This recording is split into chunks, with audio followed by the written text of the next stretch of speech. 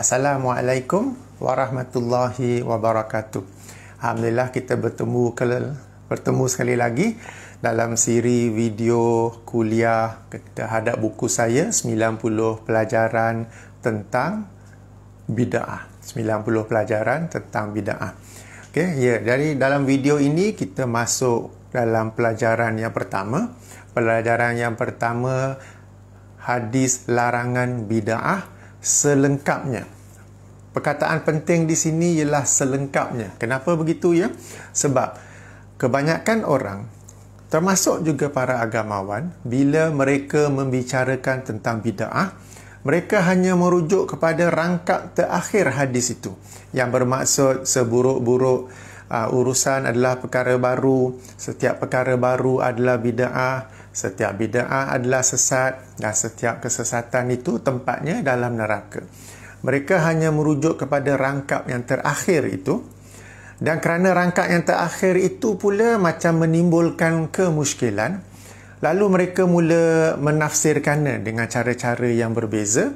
Mereka kata ianya dikhususkan oleh hadis lain, mereka berkata ianya dibataskan oleh hadis lain, mereka cuba menafsirkan perkataan kullu itu, mereka cuba menafsirkan perkataan bid'ah itu, walaupun Nabi berkata setiap bid'ah itu sesat, setiap bid'ah itu buruk, mereka berkata tidak, ada yang baik, ada yang buruk. Ya, semata-mata kerana mereka merujuk kepada rangkap akhir itu. Padahal jika mereka merujuk pada hadis itu sepenuhnya daripada awal, nescaya tidak akan timbul kemusykilan tersebut. Nescaya tidak akan timbul perkataan seperti ini adalah hadis yang umum tetapi maksudnya khusus. Perkara-perkara begitu tidak akan timbul. Sebenarnya ini bukanlah sesuatu yang baru, bukanlah sesuatu yang aneh. Sebab mana-mana ayat Quran, mana-mana hadis Rasulullah sallallahu alaihi wasallam, untuk kita memahaminya dengan baik, untuk kita memahaminya dengan betul, hendaklah kita merujuk kepada keseluruhan ayat. Hendaklah kita merujuk pada keseluruhan hadis.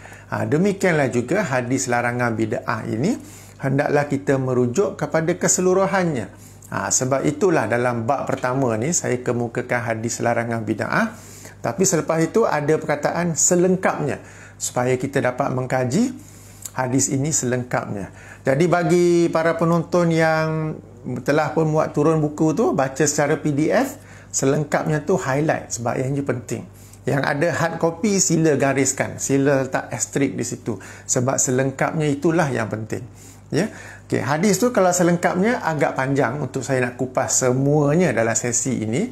Jadi saya akan fokus kepada rangkap yang pertama saja sebab di situ saja ada banyak pelajaran yang penting ya.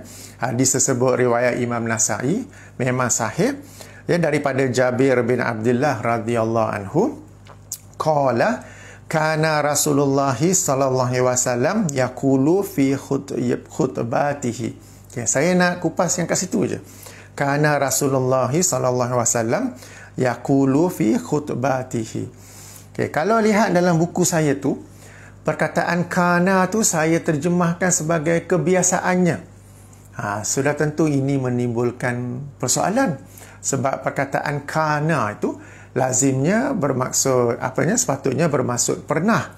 Okay, pernah Nabi SAW berkhutbah. Kenapa pula saya terjemahkannya sebagai kebiasaannya Nabi SAW berkhutbah? Okey, di sini saya nak tekankan satu perkara.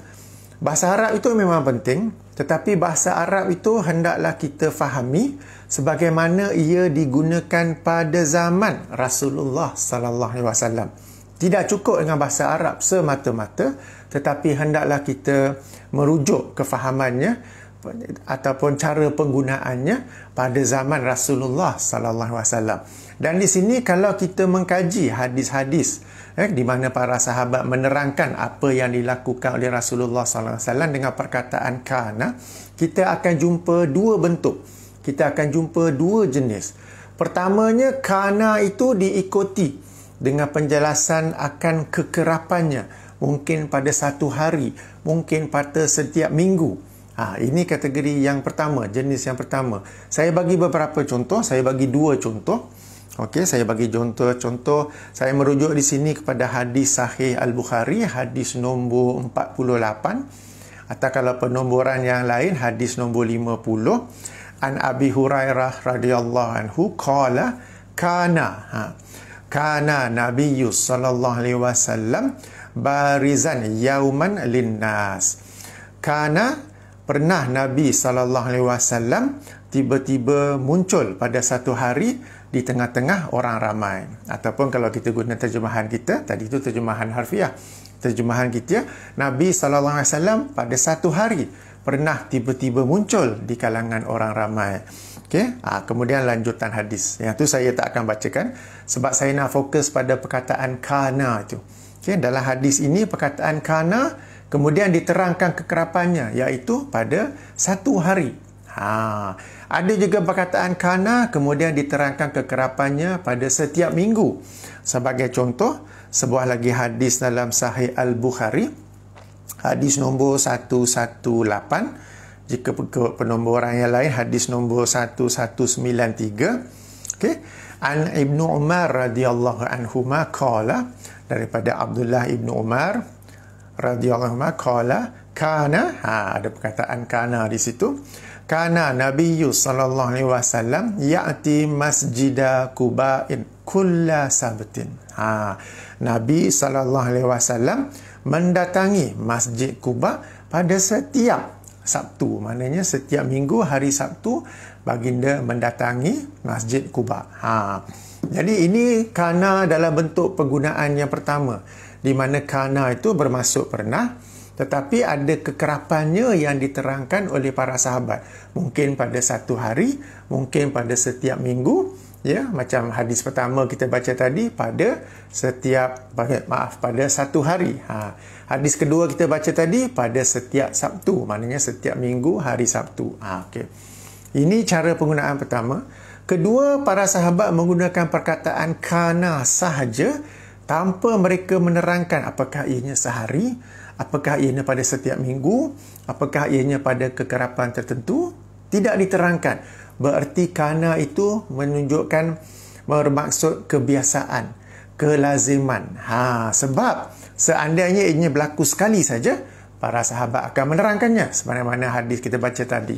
Seandainya ia berlaku pada setiap minggu, para sahabat akan menerangkannya ketika meriwayatkan hadis tersebut. Apabila mereka tidak menerangkan, berarti ianya satu kebiasaan, satu kelaziman.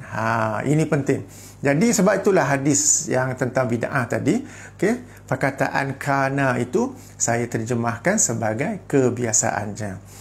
Bila kita sudah tahu kebiasaannya di sini, ada satu pelajaran lagi di situ, bahawa memberi peringatan tentang bid'ah secara lazim, secara kerap adalah sesuatu yang dilakukan oleh Rasulullah sallallahu alaihi wasallam.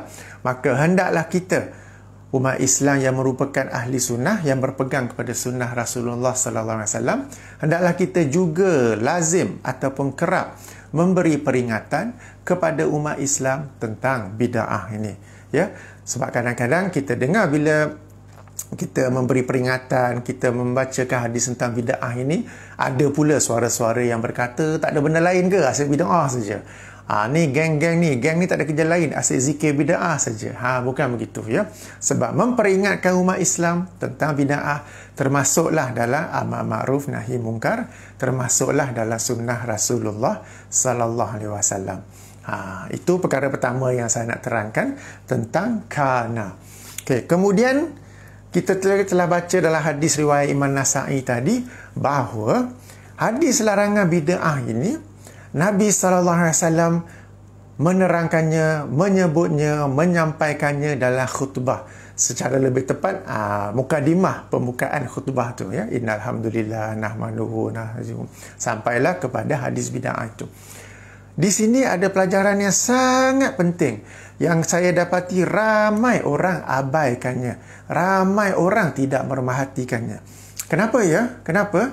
Kita kena tahu, apabila khutbah, baik khutbah Jumaat, khutbah hari raya ke apa ke, yang hadir dalam khutbah tersebut pelbagai lapisan umat Islam. Di kalangan mereka ada umat Islam yang senior seperti Abu Bakar, Umar, Uthman radhiyallahu anhum. Di kalangan mereka ada orang-orang muda yang bijak cergas seperti Ali bin Abi Talib, seperti Abdullah bin Abbas, Abdullah bin Umar, Abdullah bin Mas'ud, Zaid bin Sabit dan lain-lainnya. Di kalangan mereka ada orang awam. Di kalangan mereka ada orang yang baru masuk Islam. Di kalangan mereka ada yang datang dari jauh semata-mata hendak melihat Rasulullah berkhutbah di atas mimbar. Ya, yang mereka datang, yang kemudiannya mereka balik. Ya, semata-mata untuk mendengar khutbah tersebut.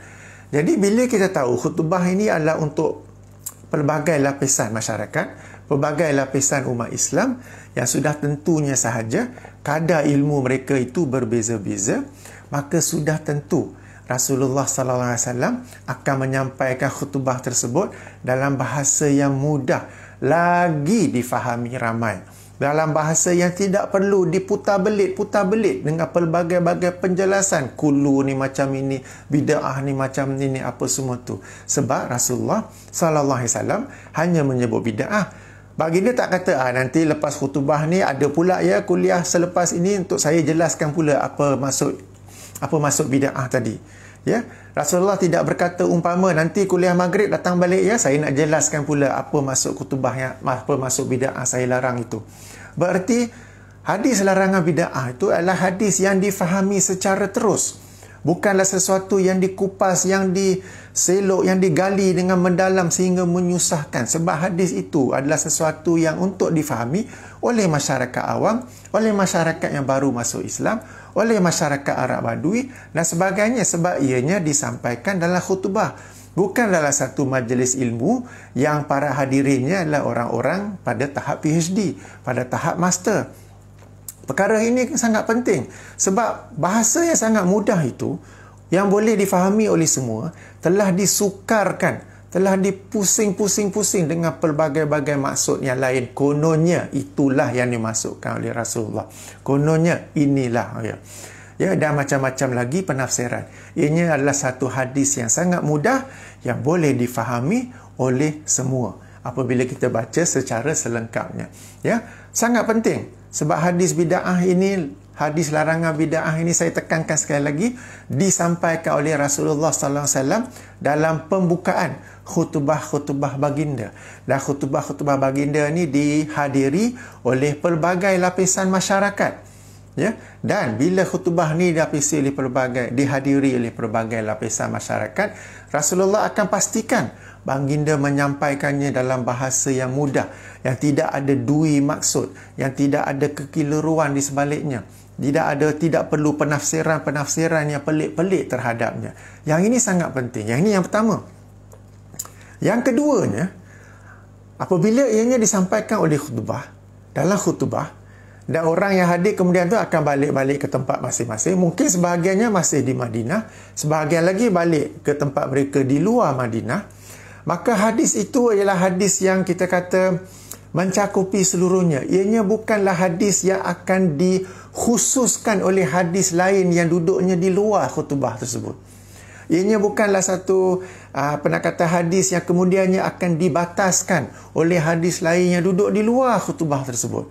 Ya, sebab saya bagi contoh, seandainya khatib memberi satu khutbah tentang sembahyang sunat, dia kena terangkan sampai habis bahawa ada sembahyang sunat itu yang dibolehkan, ada waktu-waktu yang dilarang.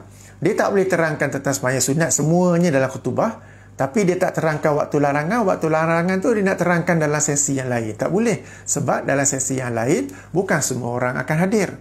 Jadi hadis itu sendiri tidak dikhususkan. Maknanya hadis larangan bid'ah itu tidak dikhususkan, tidak dibataskan, tidak ditafsirkan oleh hadis-hadis yang lain yang duduk di luar daripada khutbah tersebut. Ini poin yang sangat penting. Sebabnya ada yang membaca hadis ni, yang pertama mereka cuba menafsirkan hadis tu. Mereka mencuba tafsirkan perkataan bid'ah. Mereka cuba tafsirkan perkataan kulu, bahawa ianya bukanlah setiap, bukanlah semua, tetapi boleh juga bermaksud sebahagian. Kemudian ada yang juga, okey tak apa kita pegang hadis ni, tetapi hadis ini dikhususkan oleh hadis yang lain. Hadis ini dibataskan oleh hadis yang lain. Dan sekian-sekian, ya.